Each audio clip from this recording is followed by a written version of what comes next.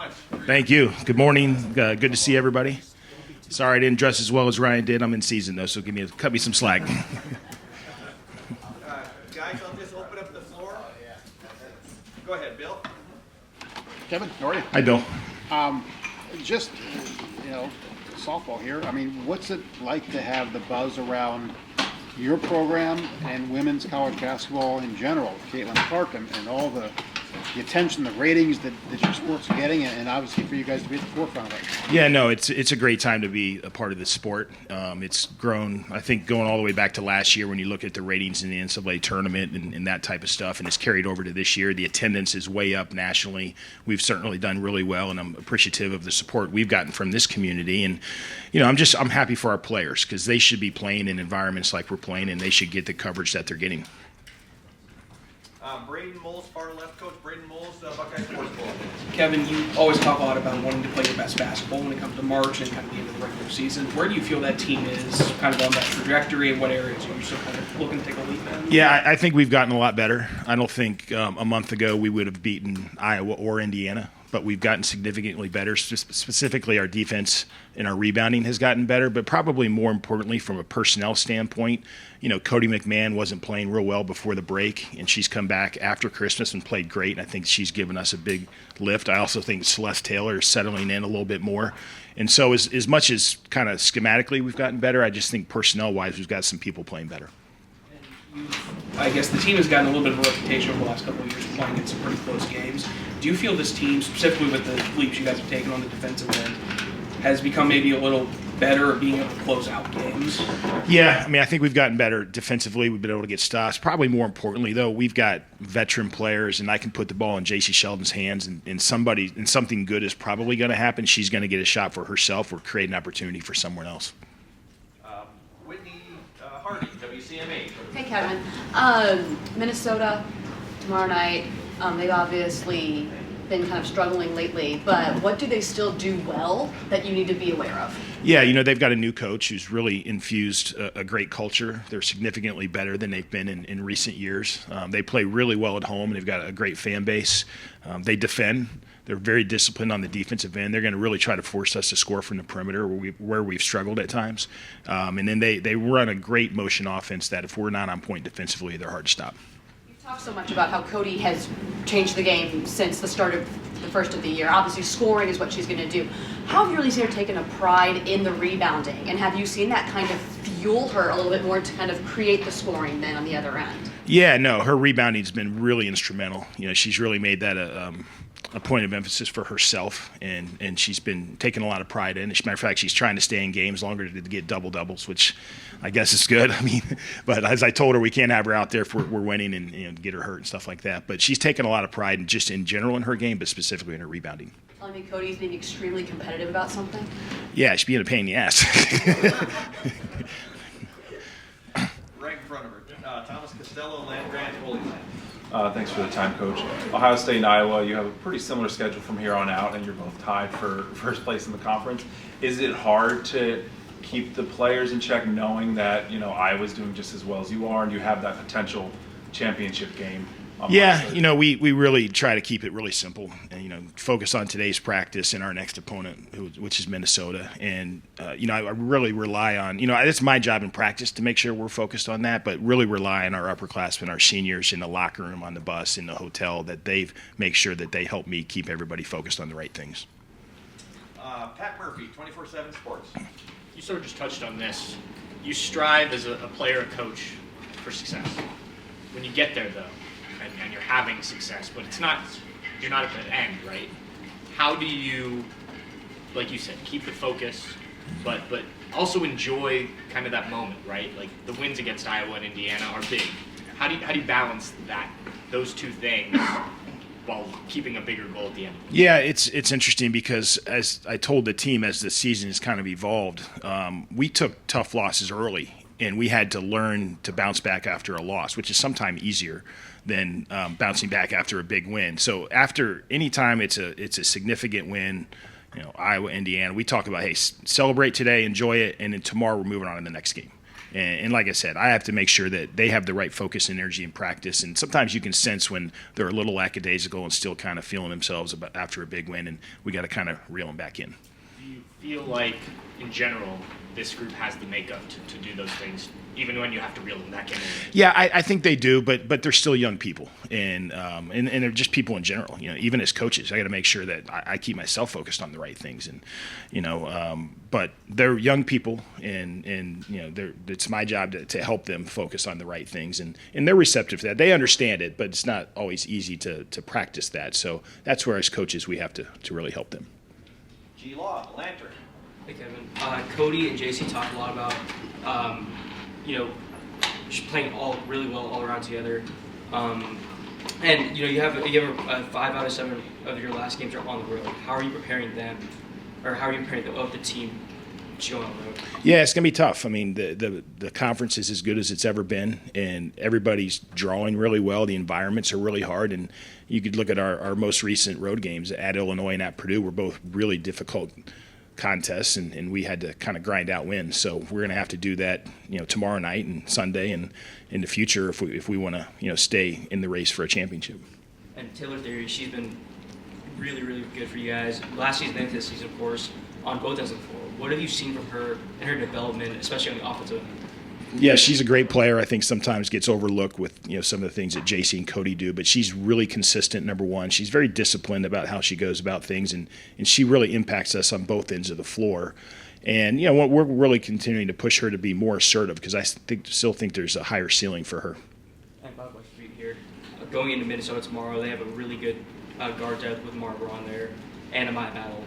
Coming off a game where Sarah Scalia just put up 25 points. How are your guards preparing, or how's your defense preparing to stop someone like Braun and Battle? Yeah, Braun's been slowed by injury lately, but so I don't think she'll play tomorrow. But Battle's been really good. They've kind of put more of the emphasis on her in terms of scoring, so she'll be a huge matchup for us, and we got to make sure that we can keep her in front and make her score over us. But she's a terrific player. Over to the right, Cameron Teague Robinson, the Athletic. Kevin, I think it's easy when you make an Elite Eight run and then you add the pieces like Celeste and the transfer portal for people to just say, okay, it should click. Like it should, right away, you should be a top 5 team again. You guys had some bumps and bruises. You got Madison Green back, that obviously helped. But as you saw all these pieces come together, what was that like to go through that? What's it been like to see everything kind of click? Yeah, it's a lot harder than, to your point, I think you're right, it's harder than people think to add a player and think it's going to work right away. And Celeste is a great player. She works incredibly hard. She's very talented. But I think we're now just starting to see her find a level of comfort that she can be the player she's capable of being.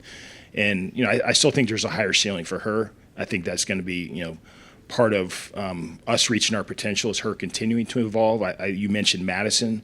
Madison is starting to get more comfortable. I think if she can be at a higher level a month from now, then we're a better team. So I think those are two really important things to watch as we kind of head towards March. And as a coach who has such high expectations of this group, when you're trying to put the pieces together, you're trying to get people healthy to come back during the season, and you drop a USC, you drop a UCLA, how do you personally handle those as you're trying to jump along day after day but have such high expectations? Yeah, we just keep pushing them in practice, and keep really just kind of pouring into the individuals. I've taken more time lately to watch film with Celeste, and I should have done it earlier in the season just to make sure she understands what kind of my expectations for her are and where I think she's doing well and where I think she needs to do things a little differently. And she loves it. She loves to be coached, and I probably should have coached her harder early on, but I'm coaching her a little harder now, and I think she's really responding to that. And so, like I said, hopefully she can even be at a higher level than she is now, because I think she's a great player, and I'm really hopeful Madison can be as well. Right next door, Spencer Holbrook, Letterman Row. Kevin, a lot of people point to Dawn down at South Carolina and Caitlin at Iowa, and then what they're doing down at LSU, and think about how women's basketball is growing nationally. But for you to take on this challenge and to help the game grow locally in Columbus, how have you seen that kind of take off recently? And what does it mean to you to, obviously the players are spearheading that, what does it mean to you to see what what this game has become here in Columbus? Yeah, I love it. I mean, I'm just really appreciative of the community and how they've gotten behind us. Our attendance is way up. Last year it was way up. It's way up this year. And I don't see it going any other direction, assuming we continue to win and put a good product on the court. And it's great. It's partly reflective of what the national trend is. And South Carolina, LSU, they've done amazing jobs. But I think it's also, this is a community that has historically supported women's sports in general, and we're doing it with women's basketball right now. Over to the right, Clay Hall, WSYX. Ohio State's a national brand, but the last few years you've put together, does that expand your recruiting footprint in any way, or does it cause you to, hey, we can go get this player? Yeah, this year, it was interesting, we were just talking about this out in the hallway, this was the first year we kind of broke through and got some kids from the South. And we've struggled to get players from the South, and we've tried because there's a lot of talent down there, and we just haven't been able to get them. But I think with success and exposure and a kind of player-friendly style of play has really helped us kind of break into new markets. And I think now with the expansion, and that'll probably help as well, and maybe on the West Coast. Tim May podcast and Letterman Roll. Yeah, thanks, Jerry. Kevin, when you watch your team, though, especially at the end of the Iowa game, at the end of Indiana, I mean, the way y'all finished, you know what I mean? You spoke a little bit of this earlier, but what does it just tell you about your team? What did you see that you really liked when they were, in essence, not backed into a corner, but, you had to finish this thing off and stuff? What just stood out? Sometimes when, we got down 12 against Iowa, and sometimes as I'm thinking before I go into the huddle to talk to the team, hey, I've got to say something to kind of inspire some confidence here. In that particular day, when I went to go in the huddle, they were really aggressively talking to each other we got this. And so I didn't have to say anything other than some X's and O's things. And so I just think it speaks to the experience of our team, the amount of games that they've been in together, our upperclassmen, and just their confidence in each other. Just that, we don't ever feel out of a game. But I think that was the greatest point. It's I was nervous about that moment with the team. And when I went in the huddle, I wasn't nervous because they weren't. And they were very still confident that we could win the game.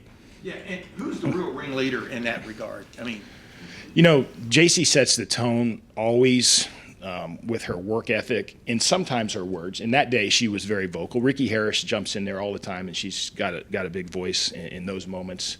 And even Celeste is starting to find her voice a little bit more because if you look at her track record before she got here, she's played in a lot of really big games. Yeah. But there's a poise there, is what I've noticed more than anything else in those moments, right? Yeah. Sometimes you can't almost coach that, right? It kind of has to happen. Right. I think it's just evolved over years, and us having a veteran experienced group, especially with our guards. And like I told you earlier, I'm always thinking late in games, hey, let me get the ball in JC's hands in a variety of ways, and I think something good is usually going to happen. Right behind him, Doug Maurice, Kings of the North. Kevin, with everything that's changed in college sports these days, just from a roster building standpoint, where do you feel like you guys are in terms of being able to recruit in high school, being able to retain the players on your team, being able to get people in as transfers? Just what have you learned, and how do you think this program has executed it? Yeah, it's really, I think, a couple things. One, in this, for me personally and our staff, when I first got here, I thought we were really good at recruiting talented players. I'm not sure we put together great teams. I think now we've done better in really making sure we put together great teams.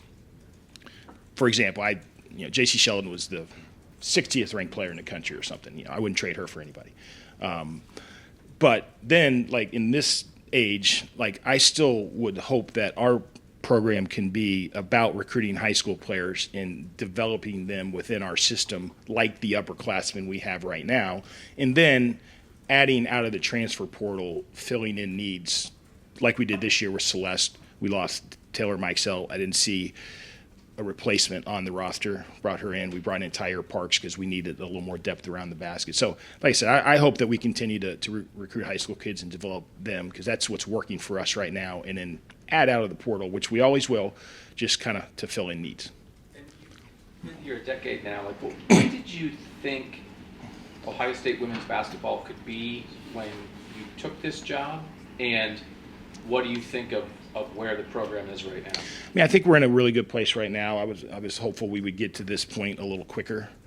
And like I said, in some ways we did. We had success early on, but then we had a lull there where we didn't sustain it. And like I said, I think it goes back to we've recruited the right kids and put together a team instead of a collection of players, and because that kind of fell apart on us there for a year or two. And I think we're just doing a better job identifying people that fit our program, our culture, our university, and it's just seems to be working for us right now. That lull, like it was like a weird 3-year stretch, right, with the COVID stuff and the ban, and just like, did you know like we'll get this back, or did you wonder like what when you're after you're competing at the top of the conference, you're making Sweet 16s when you first get here? What was that period like, and did you know you'd pull out of it? Well, when everybody stayed, when they could have left, I felt really confident, especially with the core group of JC and Madison and those kids. I felt really confident that as we move forward with putting people around them, that we could have a really successful program. Bill Rabinowitz, Columbus Dispatch. Yeah, I want to ask you about court storming. That's becoming a topic, and obviously what happened with Caitlin. Have you guys had discussions? What happened? What are you talking about? Have you had discussions about what you can do to prevent something like that from happening? Maybe hold let the opposing team get off the court, or whatever it might be. Yeah, once again, it was very unfortunate. I mean, I wouldn't want to see that happen with any player, let alone Caitlin, who just had a spectacular game in our building, in a great performance. But yeah, they've sent out some guidelines, and I read it. I don't know that I got into all the specifics, but I think the Big Ten is trying to give some additional guidelines to just ensure that something like that doesn't happen again. Operations folks have all the specifics. Steve Hellwagen, 24/7 Sports. Yeah, Coach. I want to ask you about Rebecca. It feels like in the games when she's involved and energetic and hitting shots, it just gives you guys so much more of a chance to be successful. She's had some games where maybe she's laid back and hasn't asserted herself as much defensively, rebounding, all these things. Is she kind of an X factor for you guys that when, I know just hitting threes is one thing, but there's so much more to play in the game. Just when you get that out of her, what does that difference mean for you? Yeah, no, I think you're 100% right. And I think our most recent game against Indiana is a great example of Mackenzie Holmes is one of the best post players in the country and has historically given us fits. We've really struggled to have any success guarding her. And that was one of Rebecca's best defensive performances. Now, schematically, the guards help in crowding her and all that, but Rebecca fought every possession for 40 minutes and then also made some shots. So she was very impactful in that game, and I agree with you. We're at a higher level when she plays well, and I'm just really optimistic, though, because, last year she played great in the beginning and kind of faded at the end of the year. But, knock on wood, she's in a really good place now, so I think she's going to have a strong finish to the season. Thomas Costello, Land Grant, Holy Land. You talked about Celeste Taylor earlier, and you're coaching her differently now as the season goes on. Against Maryland, Iowa, Indiana, she's picking up fouls early, quickly.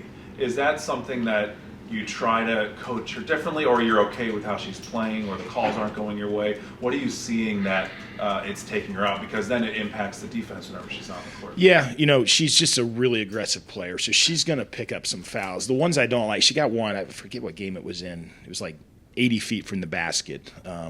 It was her second one early. Those are the ones she's got to throw away and not do. But she's going to get some because she plays just so hard and so aggressively, and she's fighting through screens and ball screens, and so sometimes she'll pick up fouls like that, which I'm okay with those.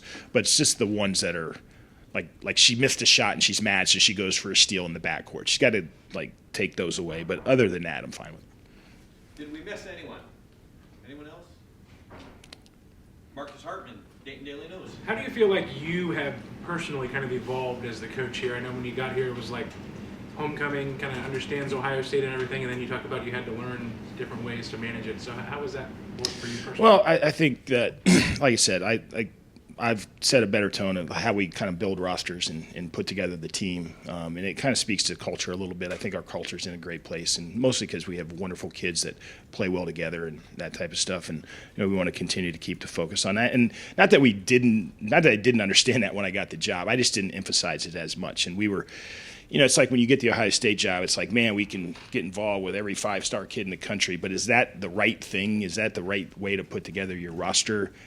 Not always. You got to have a certain level of talent for sure to compete at this level and be successful. But I just want to make sure. I think I've done it, like I said, evolved mostly just trying to put together a team that can play well together, that I want to coach and I can be successful with, and that they want to play well with each other. And like I said, we had great kids when I first got here.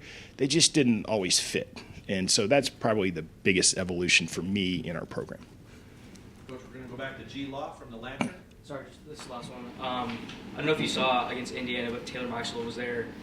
Did you get a chance to talk to her, or Yeah. She comes to practice almost every day. She's here all the time, and great kid, and just had a great couple years here, and she's real comfortable coming back. And she just signed a training camp contract with the LA Sparks, so I'm super excited for her, and hopefully she can stick with them throughout the year. All right, Coach, thank you very Okay, much. thanks everybody. Thanks,